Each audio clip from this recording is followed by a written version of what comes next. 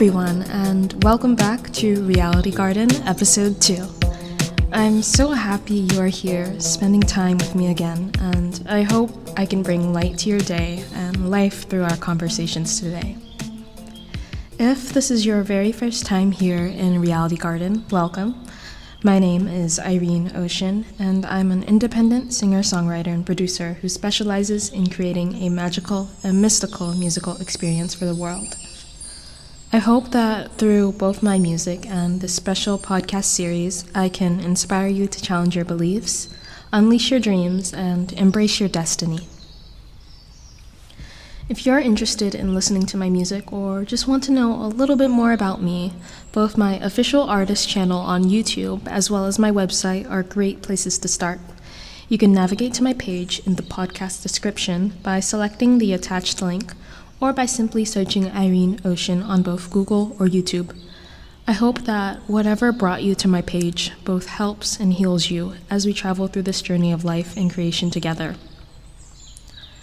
As I mentioned in the pilot episode, Debut and Drama Queen, I plan to reference the songs in my reality mini-album, not only to discuss their meanings and share the stories behind them, but also hopefully to share the things that I've learned through these songs and their associated experiences.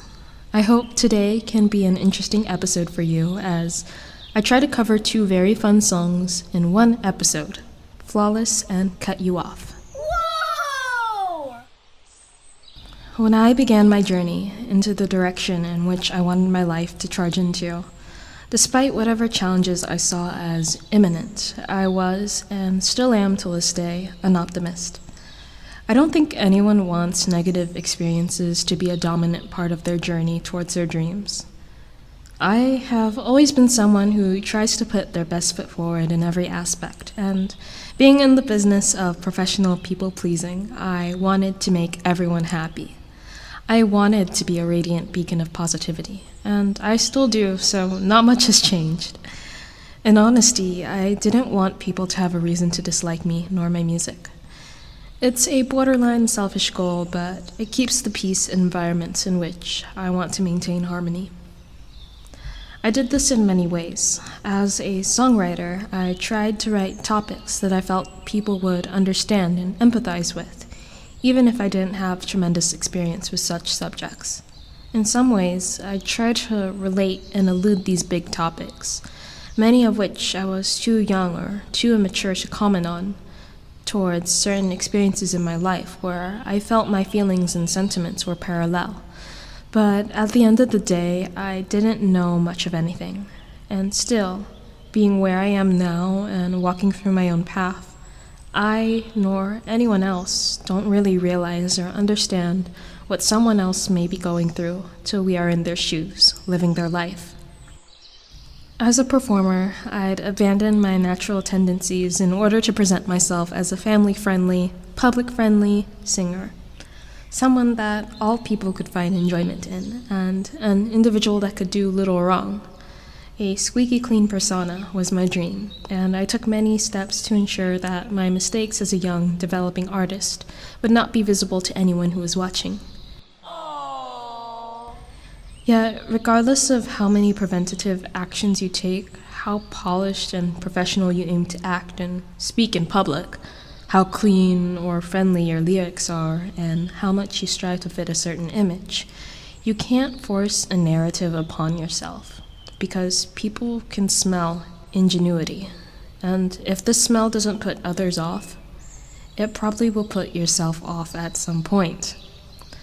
That being said, there are definitely pitfalls in trying to appeal to everyone and to make everyone happy. The world is filled with the most beautiful, diverse people with diverse backgrounds, mindsets, and goals for the future, yet not everyone's visions align congruently without any dichotomy. Sometimes dichotomy is tremendous, but I've always believed this was entirely intentional for good reason. There's a certain deliciousness in dichotomy, and we can observe this by taking a step back and examining the lines between our own individual ideas. Some of them are thicker lines than others, but I'd argue that a lot of the boundaries and partitions between each other in terms of ultimate objectives are quite thin, which makes us a whole lot more similar on a much deeper level. In understanding that everyone is here, meant to survive but live different, distinctive lives, we can work together in order to leverage our strengths and make this reality a little bit better. I think in that way we are able to reconcile with the dichotomies between person to person. If we can come into acceptance of this idea, respect for one another seems to be the next big area of focus. These days, especially with how interconnected we all are, tearing people down for their differences or punishing them socially for not meeting a societal norm is so ordinary and commonplace, which is truly unfortunate. It's much easier to point a finger at someone and ostracize them rather than slow down and try to listen to their story.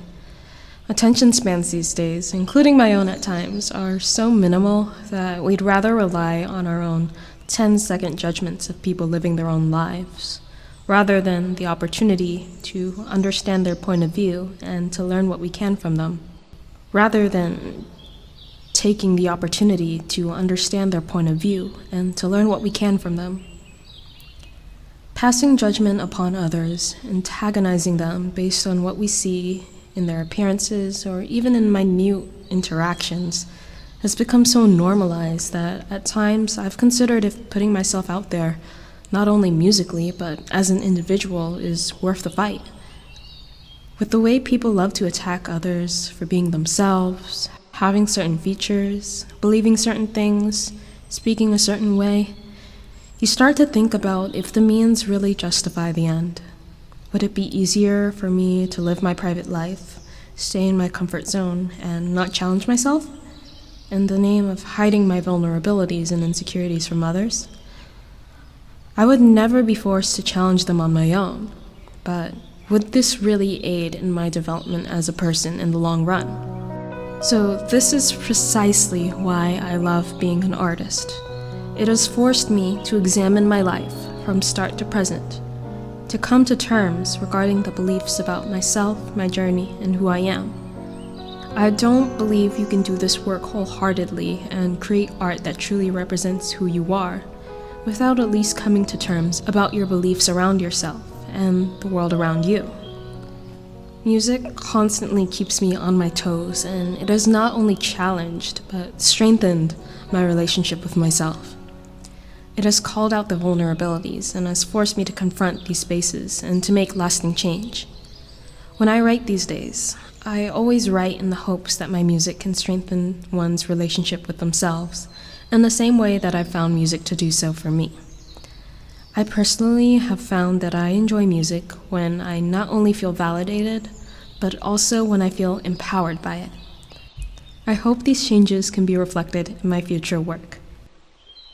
Being who I am today and strengthening my relationship with myself, I am not afraid to represent my personal essence as an artist anymore. It took growing, as I am still a growing, learning person, and I will always be a learning person. So therefore, this relationship will continue to grow, yet in the present, I don't have much to lose, knowing where I stand with myself.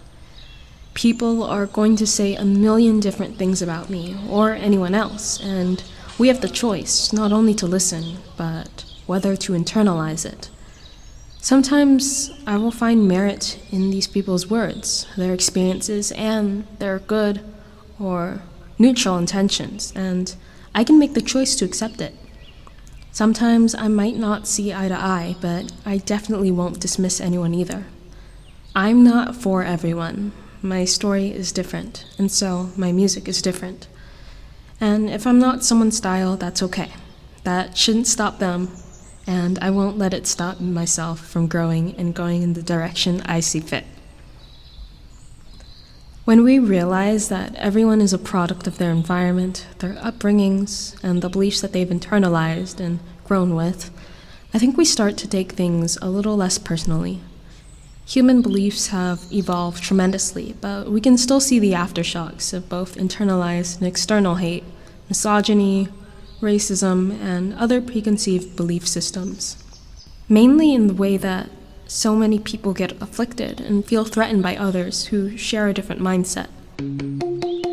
I can recognize that someone grew up in a different time than me, grew up in a different cultural or religious paradigm, and if I feel that they are acting in my best interest, I can listen to what they have to say and take away what I believe is sensible and works for the greater good. But I also won't restrict myself from the liberty of acknowledging when people just want to say something negative for the sake of speaking. And my response to those kinds of people is, whatever I decide to do with that feedback is under my discretion. And because a lot of these characters are aware that their judgments are in fact unconstructive and inconsequential judgments, they will probably wrap their comments up, tie a bow around them, and call it criticism. And that's not to say that external opinions or deserved criticism are inherently unwanted or negative, not at all. The world is so much better because, again, we have unique opinions that can be leveraged in order to do great things. But there's a line between objective opinion and aggression, and I feel like you guys know when this line is crossed. You may very well experience it, often in people who you are greatly fond of or close to. The greatest irony is that people who like to pass negative judgments like these probably don't like listening to others' opinions either. They don't listen to shows like this, nor people like me speaking, and that's okay. That is life, and we don't let floating clouds make a thunderstorm. Flawless may or may not be a confusing song to you lyrically. To me, it truly is, and I'm still trying to define it, even to this day. I can't believe that I wrote it, but I do remember just being so ticked off the day of that I was practically throwing word vomit at the paper, just because I was so passionately embarrassed by the world. How quick we are to harass people based on what we see and what we hear, not on what we know or what we have come to understand. We hold everyone up to these social standards, expectations, and archaic rule books that have kept people complacent and in their shells, disempowering them from realizing their full potential. And some people are okay with that. What I wanted to capture in the song, in a rather grotesque manner, is the mob mentality of hate culture. How silly and irrational it truly is when we break down what truly lies beneath the surface. And just like Flawless, the way we treat others in the name of uplifting ourselves can be unhinged and incoherent. I'm not perfect, and we're not perfect, so we all do need to consider what role we play in people's lives. Are we building up the people that we interact with? Are we encouraging them to get better? Or are we saying things to affirm authority over their outcomes, their story, and their success? People can say things to me about the way Flawless or any of my songs are written. That's okay. I'm actively working to become a better songwriter. I will get better, so all I ask is for empathy and understanding. I don't stand on a soapbox of superiority, and I don't think tremendously high of myself, besides basic self-respect. I used to laugh at the idea of respect. Many of us have been taught that the idea of respect only translated and extended to people in higher positions of authority or our elders. But respect is truly transformative when you extend it to everyone, not just people with more life experience, but people with less experience, minimal experience. People going through the same journey or going through a different journey entirely. Respect for oneself allows us to evolve past the limitations we set for ourselves. It allows us to encourage each other to bring out this power and to help others. If we all could culminate respect for ourselves and for the world, I think our experiences as a people could be transformed. To be candid with you, I actually had a lot of trouble writing this portion of the episode and reflecting.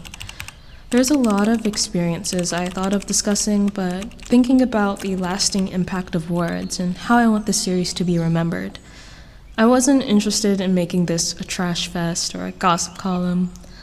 We know unjust hate, negative comments, paraded as friendly criticism, shade, and just plain cynicism in general is widespread.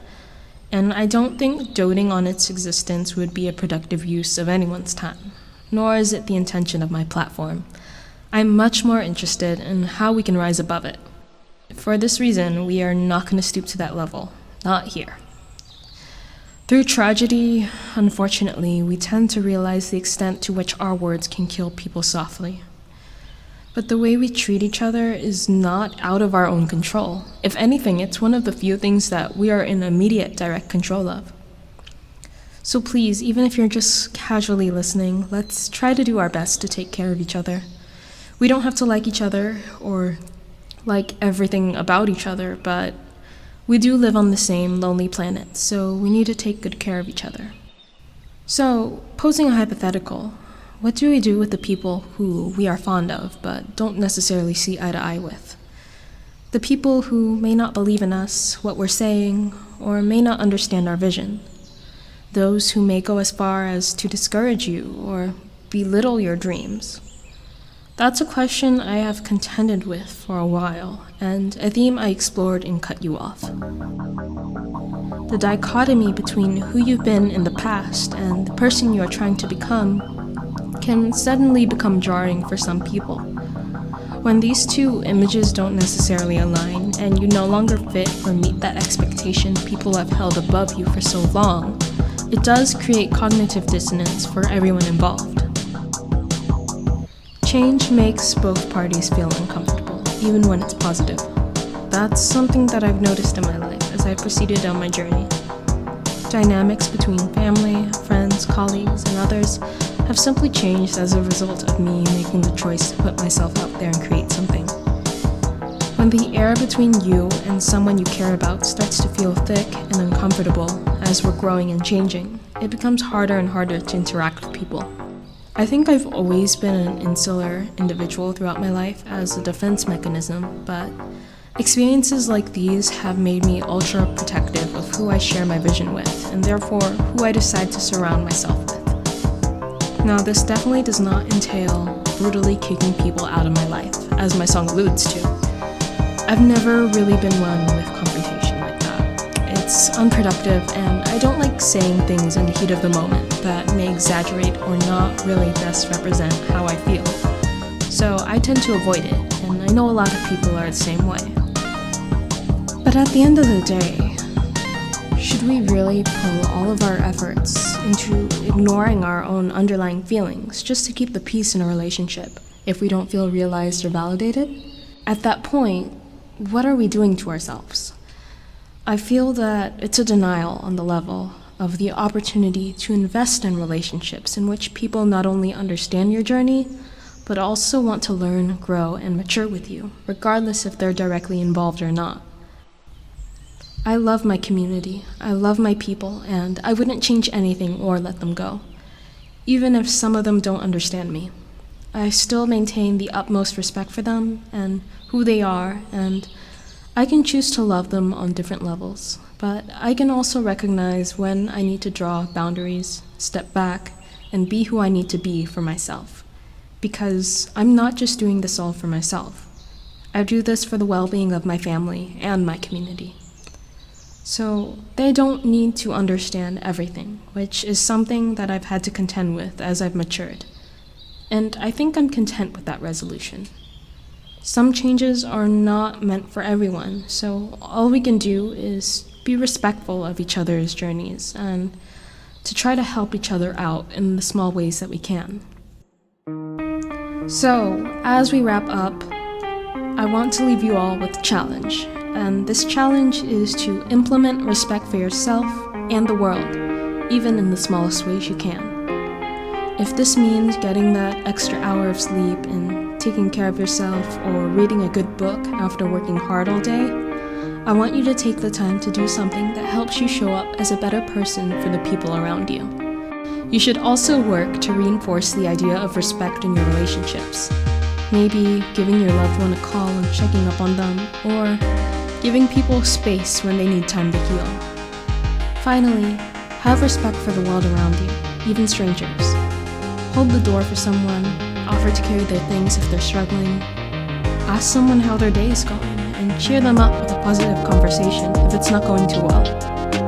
While respect for all isn't difficult, it's so easy to forget at times. And we can't let the weight, stresses, and impacts of the world distract us from being a better person for the good of all. With that being said, I thank you all so much for taking the time out of your day to listen, and I hope you were able to take some real value from these conversations. We will be wrapping up the series within the next episode, so if you have any special feedback or a special moment that really stood out to you and you enjoyed, please do let me know in the comments. I'd love to shout out some special people in the final episode. In the interim, I hope that you all take care, stay safe, eat well, and stay healthy, and I will see you all very, very shortly in the next episode. Bye bye!